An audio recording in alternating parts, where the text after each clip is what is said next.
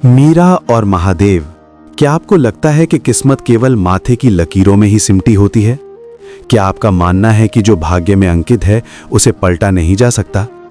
यदि आपकी सोच ऐसी है तो आज की ये गाथा आपके विचारों की नींव हिला देगी।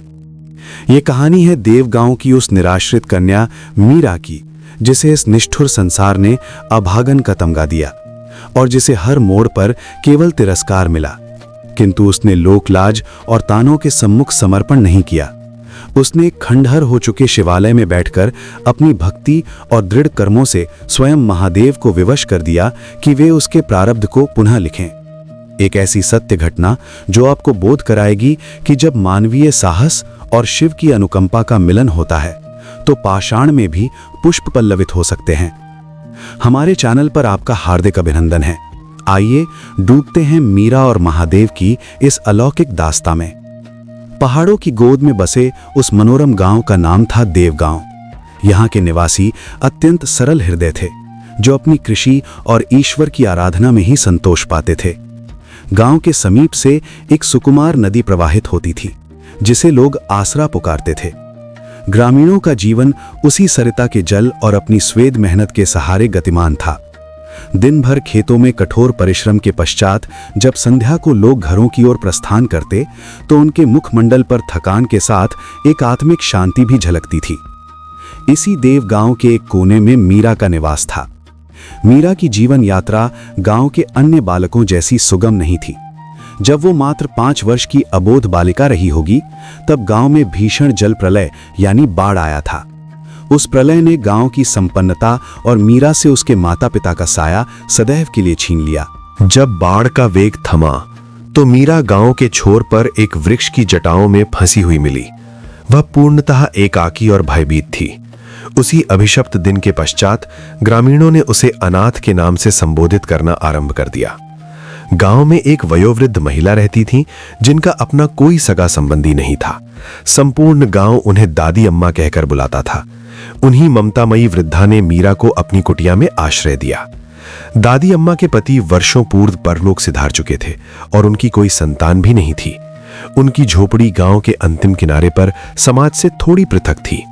मीरा के आगमन से उस नीरव झोपड़ी में पुनः प्राणों का स्पंदन होने लगा। उन्होंने ही मीरा का पालन पोषण किया। दादी अम्मा मीरा को अपनी पुत्री से बढ़कर स्नेह करती थीं। वे स्वयं रूखा सूखा आहार ग्रहण कर लेती, किंतु मीरा हेतु सदैव एक रोटी सुरक्षित रखती थीं। मीरा जैसे जैसे यौवन की ओर बढ़ी, वह गांव के प्रत्येक कार्य में हाथ बटाने लगी। वह उषा काल में सूर्य की प्रथम रश्मि के आगमन से पूर्व ही जाग जाती और नदी से जल का कलश भर लाती। तत्पश्चात वह अपनी कुटिया को लीप कर स्वच्छ करती, दादी अम्मा के लिए भोजन तैयार करती और फिर समिधा यानी सूखी लकड़ियां एकत्र करने हेतु सघन वन की ओर निकल जाती। उसका स्वभाव अत्यंत गंभीर और शांत था। वह बोलती कम और अनुभव अधिक करती थी। उसकी नयनों में एक अगाध गहराई थी, जैसे उनमें कोई शाश्वत वेदना ठहरी हुई हो। गांव के लोग उससे सहानुभूति तो रखते थे, किंतु एक अदृश्य दूरी भी बनाकर रखते थे। कुछ स्त्रियां उसे देखते ही कानाफूसी करती। बेचारी अभागन है, स्वयं के माता पिता को लील गई। ये विषैले शब्द मीरा के कानों में पड़ते और उसके कोमल हृदय को बाण की भांति भेज जाते। वह प्रत्युत्तर में कुछ न कहती, बस अपनी पलकें झुकाकर वहां से मौन गिदा ले लेती। उसकी एकमात्र सहचरी दादी अम्मा थीं और उसके परम आराध्य महादेव। गांव की सीमा के बाहर वन के मार्ग पर एक अत्यंत प्राचीन शिव मंदिर स्थित था। वह देवालय अब वीरान हो चुका था। उसकी दीवारों पर काई ने अपना अधिकार कर लिया था और छत जगह जगह से जर्जर होकर टूट गई थी। गांव के निवासी अब बस्ती के मध्य निर्मित नवीन मंदिर में पूजा अर्चना करते थे। उस प्राचीन शिवालय की ओर कोई विरला ही कदम बढ़ाता था, किंतु मीरा को वही एकांत स्थान सर्वाधिक प्रिय था। जब भी उसका चित्त व्यथित होता या ग्रामीणों के ताने असहनीय हो जाते, वह चुपचाप उस मंदिर की शरण में चली जाती। वहां पहुंचकर वह शिवलिंग के सम्मुख बैठ जाती। वह ईश्वर से कुछ याचना नहीं करती थी, बस अपनी अंतरात्मा की समस्त बातें महादेव से साझा करती थी। वह ऐसे संवाद करती जैसे शिव वास्तव में उसके समक्ष विराजमान हो। वह धीरे से कहती, हे भोलेनाथ, आज रुक्मणी चाची मुझे अभागन पुकार रही थी। क्या मेरा भाग्य वास्तव में इतना मलिन है?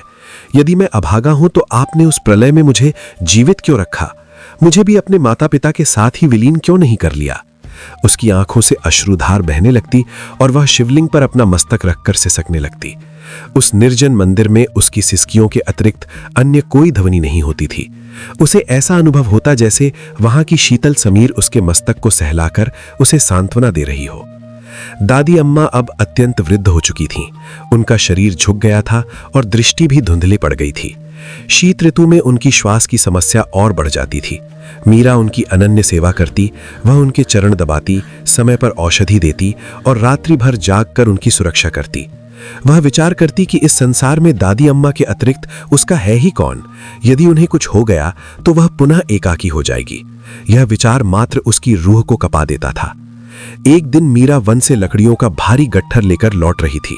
बोझ अधिक था और मार्ग लंबा। थकान के कारण उसके पैर डगमगाने लगे।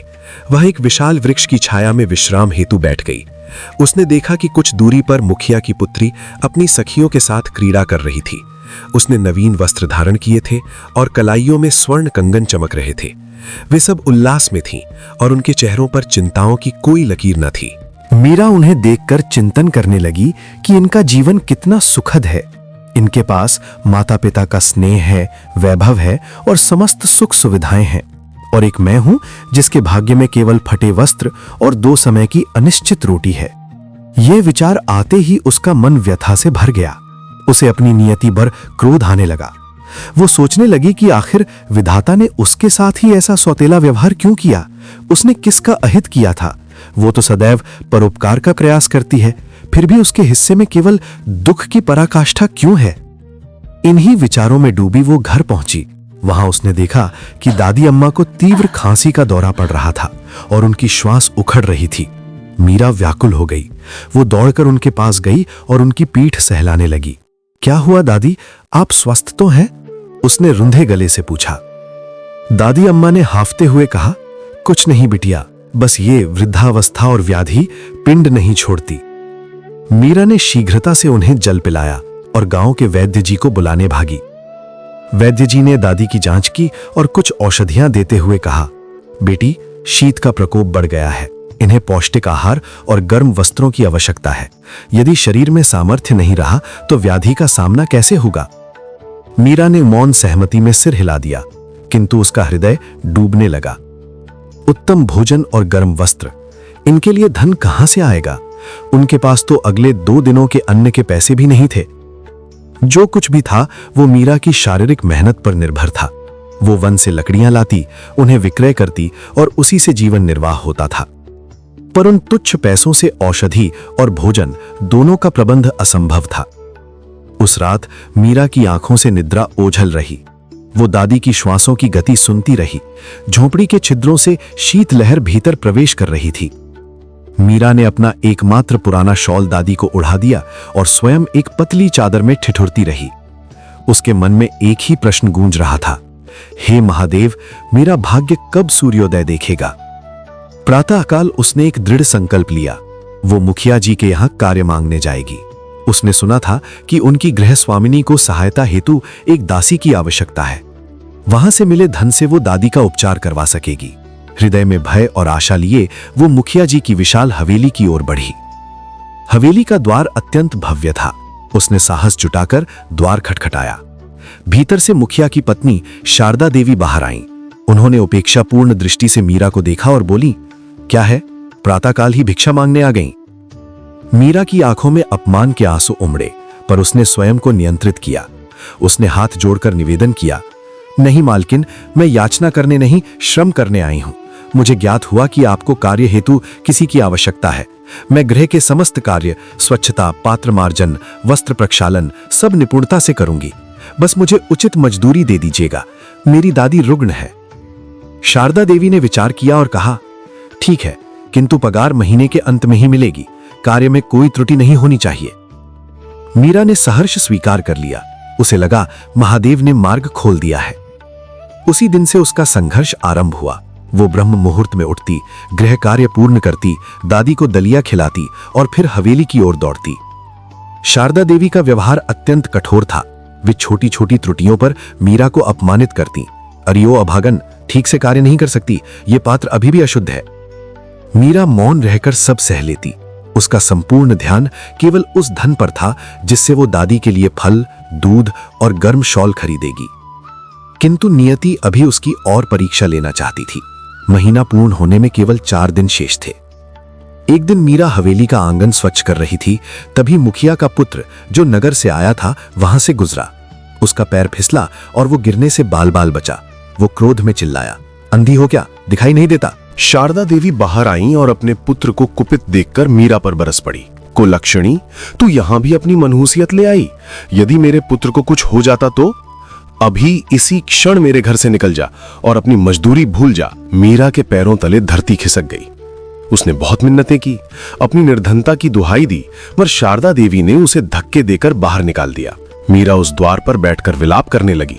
उसकी 1 माह की कठोर तपस्या निष्फल हो गई थी। वह भारी कदमों से अपने घर के स्थान पर उस प्राचीन शिव मंदिर की ओर चल पड़ी। आज उसका धैर्य समाप्त हो चुका था। मंदिर में वह शिवलिंग के सम्मुख गिर पड़ी। वह चीखकर बोली, क्यों महादेव, मेरे साथ ही ऐसा अन्याय क्यों? मैं अहोरात्र श्रम करती हूं, किसी का अहित नहीं सोचती, फिर भी मेरे भाग्य में केवल अश्रु ही क्यों लिखे हैं? यदि मेरी नियति यही है तो मुझे अपने पास बुला लीजिए। मैं थक गई हूं भोलेनाथ। वह अत्यंत व्यथित होकर वहीं अचेत हो गई। उस गहन निद्रा में मीरा ने एक स्वप्न देखा। उसने देखा कि वह उसी मंदिर में है, किंतु वह वैभवशाली और ज्योतिर्मय है। शिवलिंग से एक अलौकिक प्रकाश पुंज निकल रहा था, जिसके मध्य एक शांत और ओजस्वी मुखमंडल दिखाई दिया। जटाधारी, चंद्रधारी स्वयं महादेव। मीरा उनके चरणों में गिर गई। तभी एक गंभीर वाणी गूंजी, उठो पुत्री, तुम भाग्य के विषय में पूछ रही थीं, तो सुनो। भाग्य किसी विशेष मुहूर्त का दास नहीं होता। वह तब निर्मित होता है जब मनुष्य अपने भीतर 3 सोपान जागृत करता है। पहला, निष्काम कर्म। तुम श्रम तो करती हो, किंतु फल की चिंता तुम्हें दुर्बल कर देती है। जिस दिन तुम परिणाम के मोह से मुक्त होकर केवल कर्तव्य को अपनाओगी, भाग्य का प्रथम द्वार खुलेगा। दूसरा, करुणा। तुमने शारदा देवी का क्रोध देखा, पर उस क्रोध के पीछे का भय नहीं देखा। जब तुम स्वयं के दुख से ऊपर उठकर दूसरों की विवशता को समझोगी, दूसरा द्वार खुलेगा। और तीसरा, आत्मविश्वास। संसार तुम्हें अभागन कहता है और तुमने उसे सत्य मान लिया। तुम अनाथ हो सकती हो पर असहाय नहीं। जिस दिन तुम स्वयं को शक्ति की स्वामिनी मान लोगी, भाग्य की रेखाएं बदल जाएंगी। जाओ पुत्री, स्वयं का प्रारब्ध स्वयं लिखो। मीरा की आंख खुली तो प्रातः की स्वर्ण किरणें शिवलिंग पर अभिषेक कर रही थीं। उसके भीतर अब कोई क्रोध नहीं, बल्कि एक अपूर्व शांति थी। उसने संकल्प लिया कि अब वह रोएगी नहीं। वह कुटिया लौटी और दादी को आश्वस्त किया। उसने जंगल में उन जड़ी बूटियों की खोज आरंभ की जिनका ज्ञान उसे बचपन में वैद्य जी के साथ रहने से प्राप्त हुआ था। उसने वह औषधियां खोजी जो श्वास रोग में प्रभावी थीं। संयोगवश मार्ग में उसे मुखिया का वही पुत्र मिला जिसे कल चोट लगी थी। मीरा ने द्वेष त्याग कर उसे औषधीय लेप देने का प्रस्ताव रखा। यद्यपि उसने उपहास किया, पर मीरा ने अपना धर्म निभाया। वह औषधियां लेकर वैद्य जी के पास पहुंची। वैद्य जी उन दुर्लभ जड़ी बूटियों को देखकर चकित रह गए। उन्होंने प्रसन्न होकर कहा, बेटी, यह तो अत्यंत मूल्यवान है। इनके बदले में तुम्हारी दादी का पूर्ण उपचार निःशुल्क करूंगा। मीरा की आंखों में हर्ष के अश्रु आ गए। उसने अनुभव किया कि कर्म का फल स्वतः प्राप्त होता है। धीरे धीरे पूरे देवगांव में मीरा की ख्याति फैल गई। वो अब अभागन नहीं, अपितु गांव की आरोग्य दात्री बन गई थी। लोग उसे सम्मान देने लगे। रुक्मणी चाची जो उसे सर्वाधिक ताने देती थीं, उनके पौत्र की प्राण रक्षा भी मीरा ने ही की। किंतु सबसे बड़ी परीक्षा तब आई जब मुखिया के पुत्र को सर्प ने डस लिया। गांव में वैद्य जी नहीं थे। बालक मृत्यु के सन्निकट था। मीरा जानती थी कि एक विशेष बूटी शिखर की खतरनाक चट्टान पर उगती है। एक क्षण को वो ठिठकी। उसी परिवार ने उसे अपमानित किया था। किंतु तभी महादेव की वाणी गूंजी, करुणा। वो अपनी जान की परवाह किए बिना उस अंधेरी रात में ऊंची चट्टान पर चढ़ी, रक्त रंजित हुई, पर बूटी ले आई। उसके उपचार से बालक के प्राण बच गए। मुखिया और शारदा देवी उसके चरणों में गिर गए और उसे अपनी पुत्री मान लिया। कहानी यहां समाप्त नहीं हुई। अगले वर्ष भीषण अकाल पड़ा। नदियां सूख गईं, मवेशी प्यास से तड़पने लगे, ग्रामीण निराश होकर बैठने लगे। तब मीरा ने सबको एकत्र किया और कर्म का संदेश दिया। उसने अपनी दादी से सुनी शिव गंगा नामक गुप्त झरने की कथा पर विश्वास किया और युवाओं की एक टोली लेकर दुर्गम पर्वतों की यात्रा पर निकल पड़ी। अत्यंत कष्ट सहने के पश्चात उसने वो गुप्त स्रोत खोज निकाला जिससे गांव की प्यास बुझी, और चमत्कार स्वरूप उसी संध्या मेघ उमड़े और घनघोर वर्षा हुई। आज देवगांव की मीरा मां के रूप में पूजी जाती है। वो अब भी उसी झोपड़ी में रहती है और पुराने शिव मंदिर की सेवा करती है। उसने संपूर्ण जगत को यह सिखाया कि भाग्य कोई पूर्व लिखित कहानी नहीं है जिसे हम बदल नहीं सकते। भाग्य तो हमारे कर्म, हमारी करुणा और हमारे अटूट आत्मविश्वास की कलम से लिखा जाने वाला वो सत्य है जिसे स्वयं मनुष्य रचता है। महादेव की कृपा तो निरंतर बरसती है, बस हमें उस कृपा के योग्य बनना पड़ता है।